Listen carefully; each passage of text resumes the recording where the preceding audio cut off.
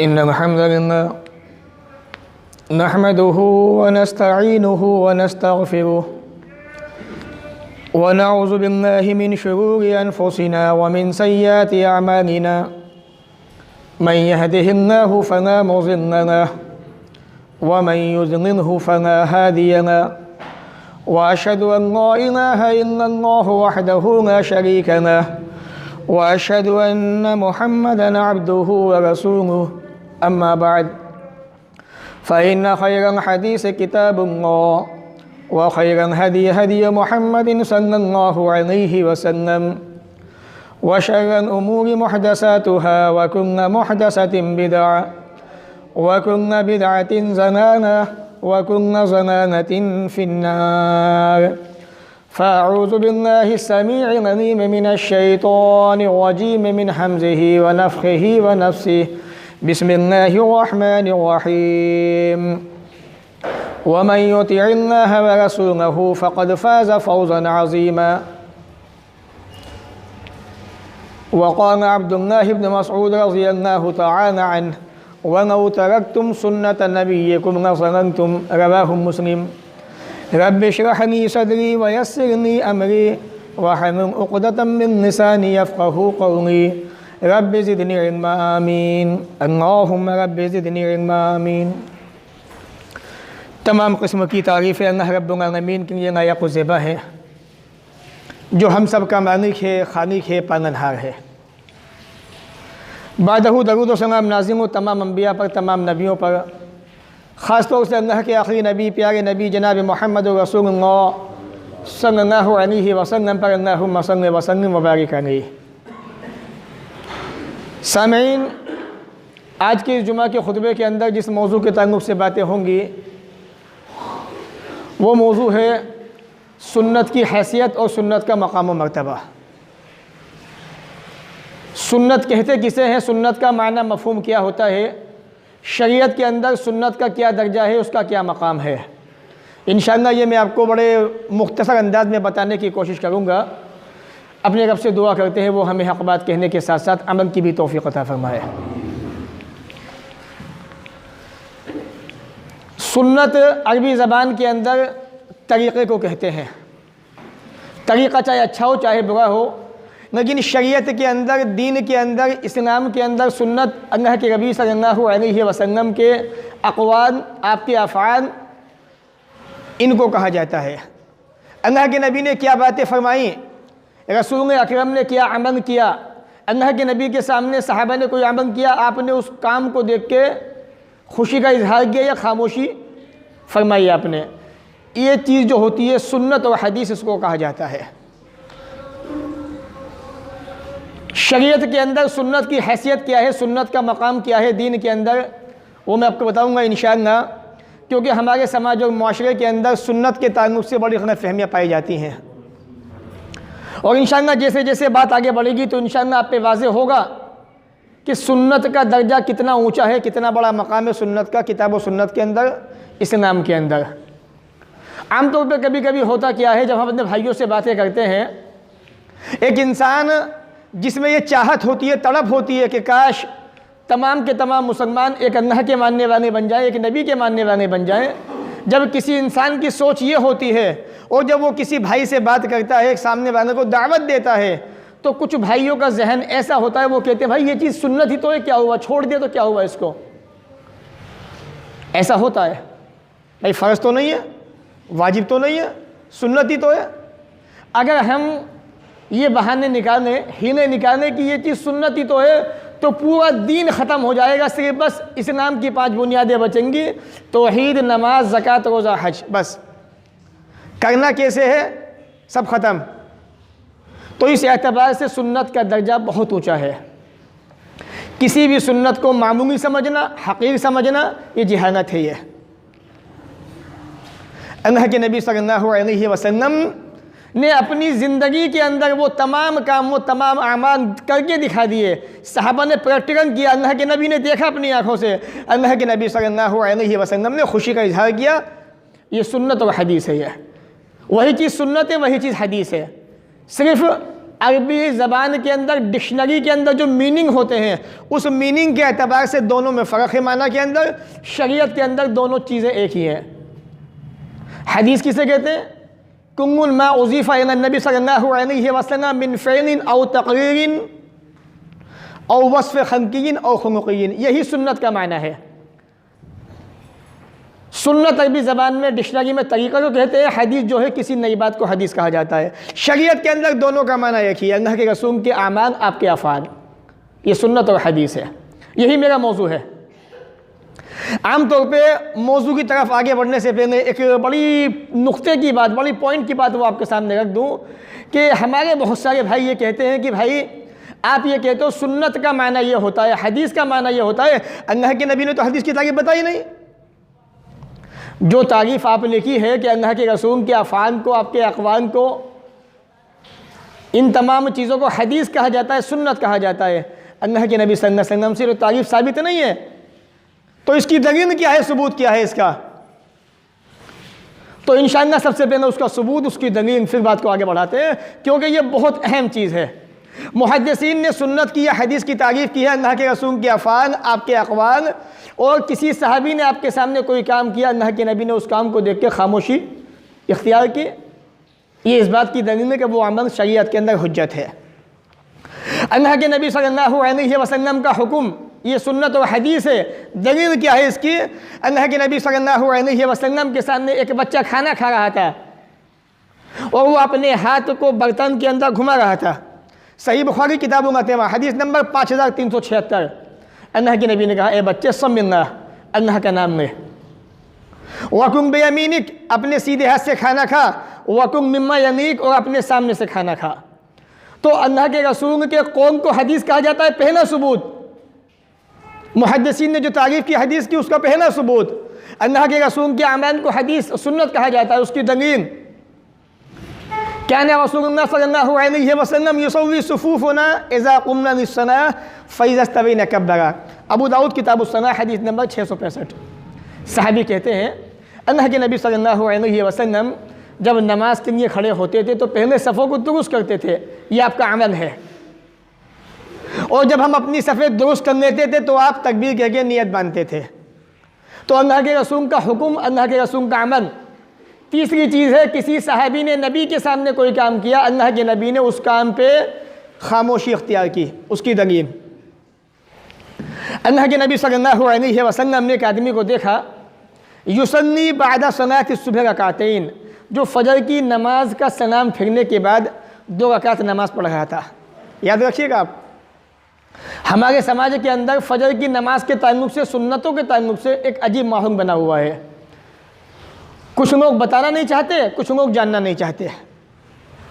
तो अल्लाह के नबी ने एक आदमी को देखा, फ़जर की नमाज का सलाम फिरने के बाद उसने नियत बांधी और 2 रकात नमाज पढ़ने लगा।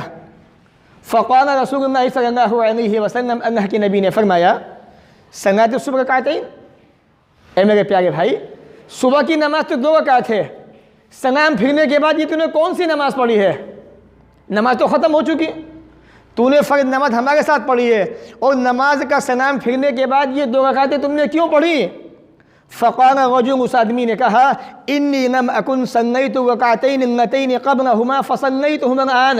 ए अल्लाह के नबी, मेरी फ़जर की सुन्नतें छूट गई थी, जो पहले की 2 रकात सुन्नतें थी वो मैं पढ़ नहीं सका था, सलाम फिरने के बाद मैंने वो अभी पढ़ी है।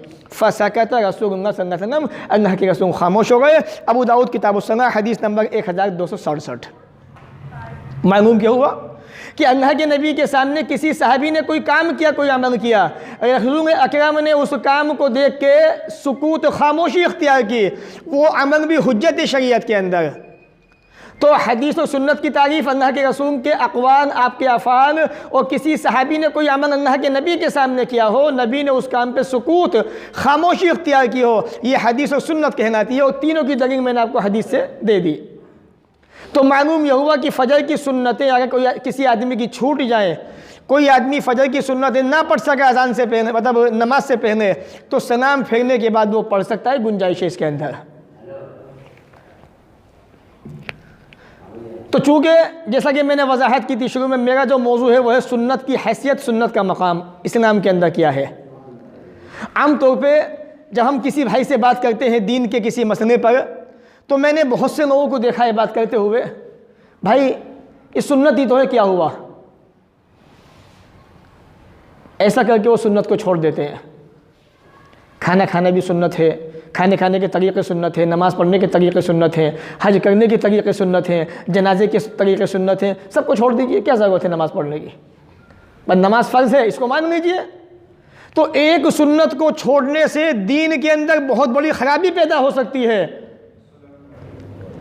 हज़रत अब्दुल्लाह इब्न मसूद ने कहा था रज़ियल्लाहु ताला अन्हु, हदीस सही मुस्लिम के अंदर मौजूद है, कई मरतबा ये हदीस बता चुका हूँ मैं नमाज के ताल्लुक़ से, वरना उत्तर तुम सुन्नत नबीयकुम ला ज़ननतुम, अगर तुमने नबी की सुन्नत को छोड़ दिया तो तुम सीधे रास्ते से भटक जाओगे, गुमराह हो जाओगे। सुन्नत की इत्तिबा गुमराही से निजात का ज़रिया है। अगर गुमराही से बचना चाहते हो, सीधे रास्ते पे आना चाहते हो, तो सुन्नत की इत्तिबा कीजिए।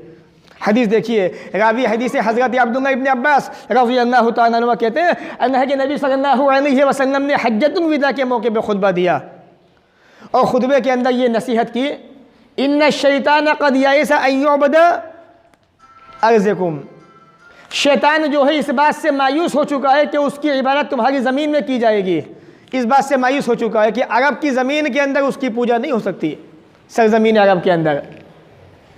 लेकिन उसे अभी भी इस बात की उम्मीद है कि जिन अमाल को तुम हकीर समझते हो उसके अंदर उसकी बात मानी जाएगी। भाई शरीयत का कोई मसला है, अगर फ़ैज़न का मसला है मान लीजिए, अगर है ही क्या, सुन्नत ही तो है, छोड़ दो। शैतान ने तुम्हारा न्यूज़ पॉइंट देखा, तुम्हें वहाँ गुमराह कर दिया। इसी तरह से कोई खाने पीने का मसला है, बैठ के खाना खाना सुन्नत तरीक़ा है, अल्लाह के रसूल सल्लल्लाहु अलैहि वसल्लम खाना कैसे खाते थे। अब कोई आदमी ये कहेगी खड़ा होकर खाने में हर्जी किया है, तो आपने रसूल की सुन्नत को कमतर समझा, हकीर समझा, मामूली समझ लिया। शैतान को मौका मिल गया, उसने अपनी लाठी वहाँ चलाई, उसका हथियार वहाँ चल गया और तुम्हें बहका दिया, गुमराह कर दिया उसने। लेकिन उसे अब भी ये यकीन है शैतान को कि उसकी बात कहाँ मानी जाएगी, जिन आमाल को तुम छोटा समझते हो, हकीर समझते हो, शैतान की बात वहाँ मानी जाएगी। शैतान को पूरी उम्मीद है ये। अल्लाह के नबी फरमाते हैं, फ़हज़रू, शैतान के हथकंडों से बचो, उससे होशियार रहो। याद रखो, मैं तुम्हारे पास दो ऐसी चीज़ें छोड़ के जा रहा हूँ, जब तक तुम उनको मजबूती से थामे रहोगे, लन तज़िल्लू, कभी गुमराह नहीं हो, फ़लन तज़िल्लू अबदा, कभी तुम गुमराह हो ही नहीं सकते। किताब अल्लाह, अल्लाह की किताब कुरान मजीद, व सुन्नत नबी, और उसके नबी की सुन्नत, अल्लाह के रसूल का तरीक़ा, आपकी सुन्नत, ये दो चीज़ें नबी ने छोड़ दी। यही दो चीज़ें ऐसी हैं जो आपको कामयाबी तक पहुँचाएंगी, आपको गुमराही से बचाएंगी। सही तरगीब व तरगीब, किताब सुन्नत, हदीस नंबर 4040। क्या पता चला, सुन्नत एक ऐसा तरीक़ा है, एक ऐसी चीज़ है जो इंसान को गुमराही से बचा के, गलत रास्ते से बचा के सीधे रास्ते पर लाती है। ये सुन्नत का मकाम व मर्तबा है, सुन्नत की हैसियत है। ये किसी भी सुन्नत को मामूली ना समझिए। ये कोई आपके घर की चीज़ नहीं है कि जिसको जहाँ चाहा वहाँ उठा के रख दिया, फेंक दिया। ये नबी की सुन्नत है, जहाँ है वहीं रखी रहेगी। ना मुझे हक़, ना आपको हक़ कि उस सुन्नत को वहाँ से हटा के कहीं और रख दें। ये किसी को हक़ नहीं है, चाहे वो मुफ्ती हो, चाहे वो आलिम हो, चाहे फाज़िल हो। वो नबी ने जिस चीज़ को जहाँ पे रख दिया, किसी इंसान को हक़ नहीं कि वहाँ से हटा के कहीं और रख दे उस चीज़ को। सुन्नत, अल्लाह के रसूल सल्लल्लाहु अलैहि वसल्लम सुन्नत के बारे में लोगों ने हीले बनाए, बहाने तराशे। बाज़ हज़रात ऐसे भी समाज और माशरे के अंदर आपने सुना भी होगा, देखा भी होगा, और मेरा तजुर्बा भी है। कभी कभी क्या होता है, हमारे पास भी फ़ोन आता है कि आप कहाँ से बात कर रहे हैं। मैंने कहा फलां जगह से, बताइए क्या बात है। कि मियाँ हमने आपका फतवा देखा था तलाक़ के ताल्लुक़ से, आपने उसमें लिखा है, बुखारी में दिखाओ, मैं ये मसला मुस्लिम के अंदर दिखाओ। अल्लाह के बंदे, क्या बुखारी मुस्लिम भी अल्लाह के रसूल की हदीस है? अबू दाऊद हदीस नहीं है? कुरान की आयत नहीं है? तो अवाम का जहन क्या बनाया गया कि कोई भी मसला हो तो बुखारी में देखो, मुस्लिम के अंदर दिखाओ। अल्लाह के रसूल की हदीस सही सनद से जो मिल जाए उस पर अमल करना वाजिब और ज़रूरी है। अगर आपने इनकार कर दिया किसी हदीस का तो अपना अंजाम खुद सोच लीजिए। फतवा मंगाइए आप अपने यहाँ से कि हम किसी हदीस को ये कह के झुटला देते हैं कि वो हदीस बुखारी के अंदर नहीं है, कि हम मुसलमान हैं या नहीं। अपने उम्मा से फतवा पूछिए, क्या बताएंगे आपको वो। मुझे बताने की ज़रूरत नहीं है। तो ये जहन अवाम का तराशा गया, बनाया गया कि कोई भी मसले की बात आए, अजी बुखारी में दिखाओ, अजी मुस्लिम के अंदर दिखाओ। हर मसला बुखारी में नहीं है, हर मसला मुस्लिम के अंदर नहीं है, हर मसला अबू दाऊद में नहीं है। अल्लाह के रसूल की 23 साल ज़िंदगी हदीस की तमाम किताबों के अंदर मौजूद है। कुरान 23 साल में हमारे पास आया, आसमान से रसूल तक पहुँचा, और ये कुरान भी सुन्नत की हैसियत को बताता है, और नबी की हदीस बताती है कुरान के मकाम और मर्तबे को, सुन्नत बताती है। ये इंशाअल्लाह बातें अभी आएंगी, इंशाअल्लाह मैं बताऊँगा आपको। तो इस तरह से हीने बनाए लोगों ने, बहाने तराशे सुन्नत को ठुकराने के, हदीस को ठुकराने के, कि हदीस को किस तरह से रद्द किया जाए, हदीस को किस तरह से ठुकराया जाए, नबी की बात को किस तरह से काटा जाए। किसने तराशे? ये मुसलमानों ने, अपनों ने, अपने भाइयों ने। अफसोस होता है इस बात पर। आइए, मैं हज़रत उमर की मुझे एक बात याद आ गई, बड़ी प्यारी बात है। सुन्नत का मकाम क्या है मैं आपको बता दूँ। हज़रत उमर रज़ियल्लाहु तआला अन्हु खाना काबा के अंदर हज कर रहे हैं। आप हजर अस्वद पे पहुँचे। हजर अस्वद पे आने के बाद आपने हजर अस्वद से कहा, इन्नी नअलम इन्नका हजर, ए पत्थर, ए हजर अस्वद, मैं जानता हूँ तू एक पत्थर है। न तज़ुरु व न तनफ़ा, तेरे अंदर न नफ़ा की ताकत है, न नुकसान पहुँचाने की ताकत है, तेरे अंदर कुछ भी ताकत नहीं है। अब आगे आपने फरमाया, वनौना अन्नी रअयतु नबी सल्लल्लाहु अलैहि वसल्लम युक़ब्बिलुका मा क़ब्बलतुका, लेकिन मैंने तुझे अल्लाह के रसूल को बूसा देते हुए देखा है। तुझे चूमना नबी की सुन्नत है। अगर अल्लाह की कसम मैंने नबी को बूसा देते हुए ना देखा होता तुझे, मा क़ब्बलतुका, मैं तुझे कभी ना चूमता, तेरा बूसा कभी ना लेता। सही बुखारी किताबों का हज हदीस नंबर 1597। यह है सुन्नत का मकाम, सुन्नत की हैसियत। साहबी ने क्या कहा, तू एक पत्थर है, नफ़ा की नुकसान की तेरे अंदर ताकत नहीं है, लेकिन मेरे नबी ने तुझे बूसा दिया है, ये सुन्नत है, इसलिए मैं तुझे बूसा दे रहा हूँ। लिहाजा ये कह देना फ़ना अमल तो सुन्नत है, छोड़ने में क्या दिक्कत है? मेरे भाई मैं कह दूँ करने में क्या दिक्कत है? करते क्यों नहीं? सुन्नत पे अमल नेकी है, सवाब है। सुन्नत को तरक करना फसाद है, नुकसान है, गुनाह है। एक सुन्नत छूट गई कभी कभी कोई दिक्कत नहीं, चलो, लेकिन आदत बना लेना ये बिदअत को जन्म देना है। याद रखिए, इमाम मालिक ने कहा था, जब समाज से, मुआशरे से सुन्नत ख़त्म होती है, एक बिदअत वहाँ पे पैदा हो जाती है, बिदअत शुरू हो जाती है वहाँ पर। सुन्नत को ज़िंदा करने का सवाब भी समझ लीजिए। सुन्नत को ज़िंदा करने का कितना बड़ा सवाब है। मिसाल के तौर पे मैं आपको मोटी सी मिसाल दूँ। मैं यहाँ खड़ा हुआ हूँ मेंबर पे, मैं आपको एक नसीहत कर रहा हूँ। मैंने कोई बात बताई, आपको वो बात पहली मर्तबा मालूम हुई कि हमें तो पता ही नहीं था। आपने उस बात पे अमल शुरू किया। मस्जिद में जितने आदमी सब ने अमल शुरू कर दिया।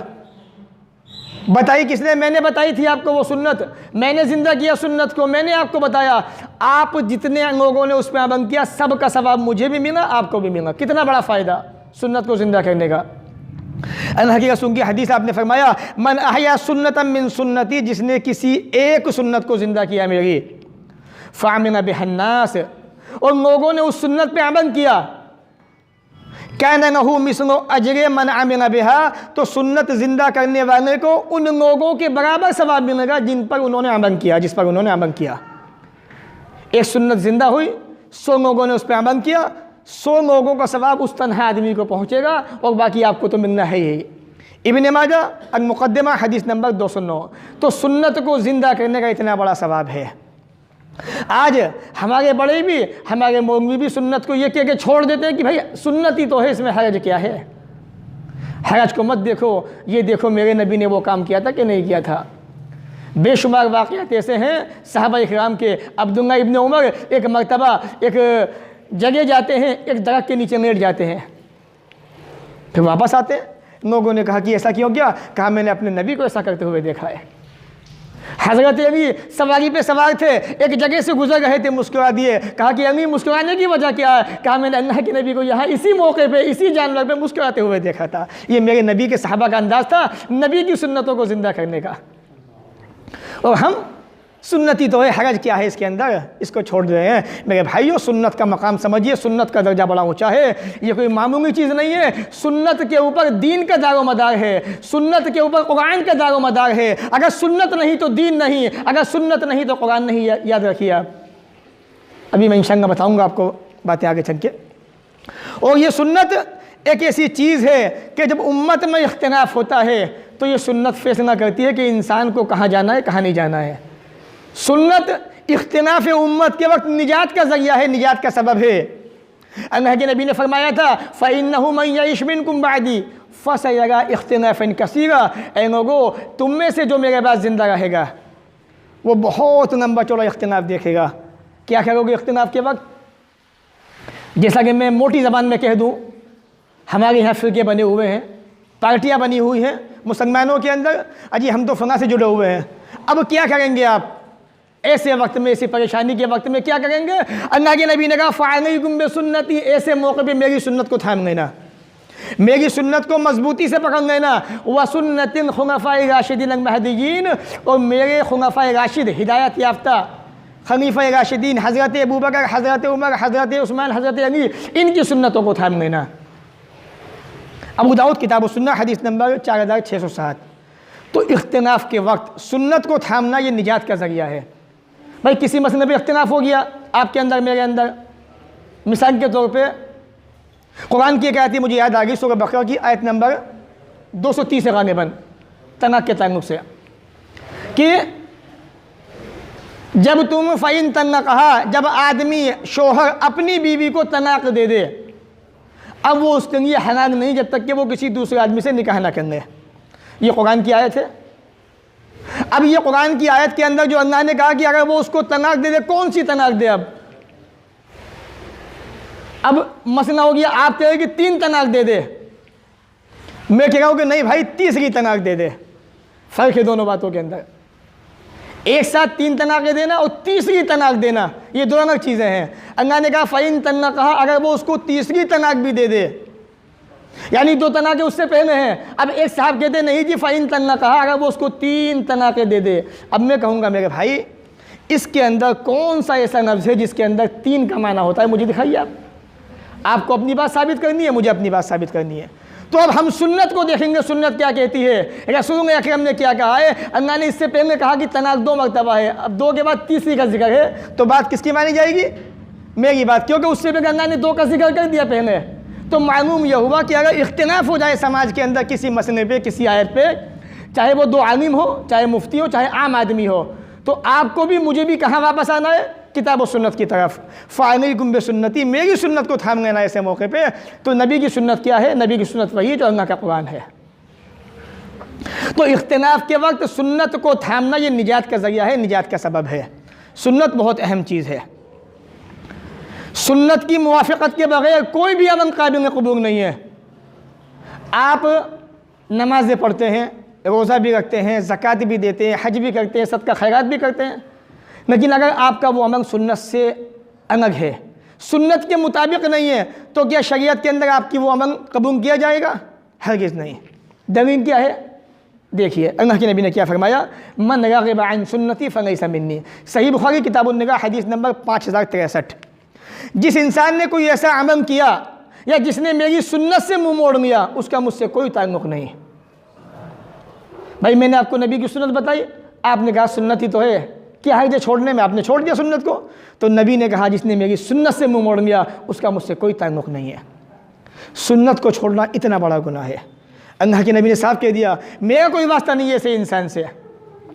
और जहाँ तक अमल की बात है तो आपने फरमाया मन अमिला अमलन, जिसने कोई ऐसा काम किया, ऐसा अमल किया, मा नहीं सा नहीं है अमरुना फ़हुव रद्दुन, जिस पे हमारा हुक्म नहीं है, हमने उस काम का हुक्म नहीं दिया, फ़हुव रद्दुन, तो वो काम जो है रिजेक्ट है, मरदूद है, उसकी कोई हैसियत नहीं। सही मुस्लिम किताब मग़ज़िया हदीस नंबर 1718। तो ये सुन्नत का मकाम और सुन्नत का दर्जा है इस्लाम के अंदर, दीन के अंदर। बग़ैर सुन्नत की मुवाफ़क़त के, मुताबिक़त के कोई अमल अल्लाह के यहाँ कबूल नहीं हो सकता। सुन्नत के बग़ैर कुरान को समझना मुमकिन ही नहीं है। सुन्नत ही तो है, क्या हुआ छोड़ दिया तो। सुन्नत के बग़ैर कुरान को समझ ही नहीं सकते। कई मिसालें हैं, मैं आपको एक मिसाल देता हूँ इसके अंदर। अल्लाह के नबी ने फरमाया कि अल्लाह ताला कुरान में फरमाता है वकुलू वशरबू, तुम लोग खाते पीते रहो, हत्ता यतबय्यना लकुमुल खैतुल अबयज़ मिनल खैतिल अस्वद मिनल फज्र, यहाँ तक कि सफ़ेद धागा सियाह धागे से वाज़े हो जाए। कुरान की सूरह बकरा की आयत है 187, 187। ये रोज़े के ताल्लुक़ से आयत थी। अब एक सहाबी हज़रत अदी इब्न हातिम वो क्या करते हैं, उन्होंने एक सफ़ेद धागा लिया, एक सिया धागा, काला धागा लिया, ठीक है, और उन दोनों धागों को अपने तकिए के पास रख के सो गए नीचे। वो सोच रहे थे शायद कुछ चेंजिंग होगी इनके अंदर, धागों के अंदर। आयत का माना ये है, अल्लाह के नबी को पता चला, आपने कहा कि मेरे प्यारे साथी इसका माना ये नहीं है, इसका माना क्या है, इन्नमा हुवा नैम वन नहार, इससे मुराद दिन और रात है, यानी जब रात ख़त्म हो जाए तो रोज़ा शुरू और जब शाम हो जाए तो रोज़ा ख़त्म, इसका माना ये है। तो सहाबी उसका माना क्या समझ रहे थे, कुछ और समझाया किसने, कुरान की आयत को, नबी की सुन्नत ने। अल्लाह के नबी ने बताया, सुन्नत ने बताया कुरान का माना क्या है, कुरान का मफहूम क्या है। सुनन तिरमिज़ी तफसीर कुरान हदीस नंबर 2971। सुन्नत के बगैर कुरान को नहीं समझ सकते, सुन्नत के बगैर दीन मुकम्मल हो नहीं सकता। उसकी मिसाल देखिए आप, सुन्नत के बगैर दीन मुकम्मल नहीं हो सकता, उसकी मिसाल देखिए आप। अल्लाह ने कुरान में फरमाया सूरह नूर के अंदर आयत नंबर 2 और 3 के अंदर, अज़्ज़ानियत वज़्ज़ानी फजलिदू कुल्ला वाहिदिन मिनहुमा मिअता जल्दा, जब कोई आदमी कोई औरत जिना करे दोनों, उनको 100 कोड़े मारे जाए दोनों को।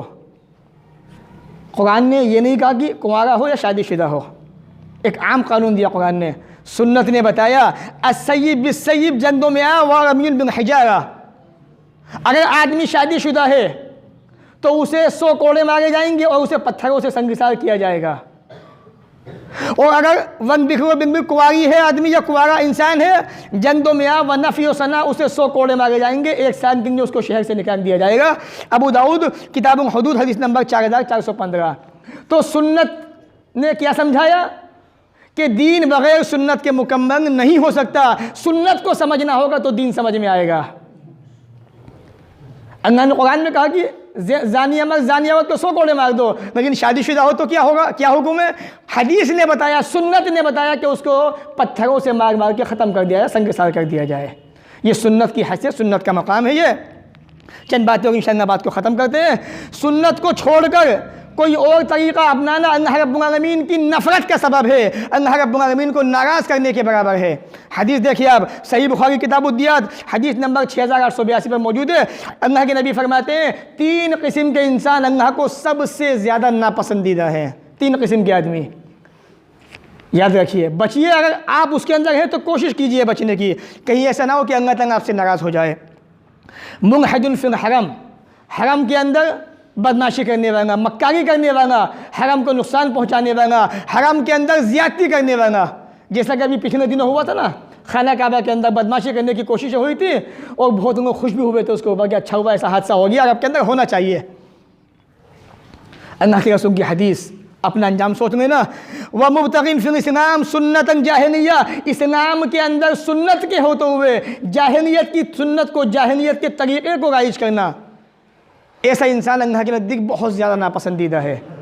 अल्लाह ताला को ऐसा इंसान पसंद नहीं है जो इस्लाम के अंदर बेकार तरीक़ा, सुन्नत को छोड़ के जाहिलों का तरीक़ा अपनाता है। और तीसरा इंसान कौन है, वो इंसान जो किसी मुसलमान का नाहक खून बहाने के लिए उसके पीछे रहता है कि मैं इसको मार के रहूँगा, इसका खून बहा के रहूँगा। ये 3 किस्म के इंसान ऐसे हैं जिन पे अल्लाह ताला बहुत ही ज़्यादा नाराज़ होता है। अल्लाह को ये 3 आदमी सख्त नापसंदीदा हैं। तो बचिए, बचाइए अपने आप को इन लोगों से। तो ये तो थी सुन्नत के ताल्लुक़ से कुछ बातें। आखिरी बात ख़त्म करेंगे इंशाअल्लाह। सुन्नत का मकाम क्या है, अल्लाह ने फरमा दिया कुरान के अंदर, वातिउल्लाह व रसूल लअल्लकुम तुरहमून, अल्लाह की इताअत करो, रसूल की इताअत करो, तुम पे रहम किया जाएगा। सुन्नत को अपनाओगे तो अल्लाह का रहम तुम पे होगा। आल इमरान सूरह नंबर 3 आयत नंबर 132। एक जगह अल्लाह ने फरमाया वमन युतिल्लाह व रसूला फ़क़द फ़ाज़ फ़ौज़न अज़ीमा, जो अल्लाह की बात मानता है, रसूल की बात मानता है, सुन्नत को अपनाता है, उसने कामयाबी हासिल कर ली है। सूरह अहज़ाब सूरह नंबर 33 आयत नंबर 71। ये था सुन्नत का मकाम, सुन्नत का दर्जा, सुन्नत का मर्तबा। याद रखिए, कभी ये कहे कि सुन्नत को मत छोड़ देना कि सुन्नत ही तो है, क्या हुआ, इसको छोड़ने में दिक्कत क्या है, बहुत बड़ी दिक्कत है मेरे भाई। कभी सुन्नत को ये कहे कि मत छोड़ना, छूट जाए कभी तो अल्लाह से माफ़ी मांग लेना, तौबा कर लेना, लेकिन जानबूझ के सुन्नत को मत छोड़ना, इसका अंजाम बड़ा ख़तरनाक हो सकता है। अल्लाह ताला हमें भी आपको भी नेक अमल की तौफ़ीक़ अता फ़रमाए, जब तक दुनिया में रखे, इज़्ज़त से रखे, ख़ात्मा भी हो तो ईमान पर हो। व आख़िरु दावाना अनिल हम्दुलिल्लाहि रब्बिल आलमीन।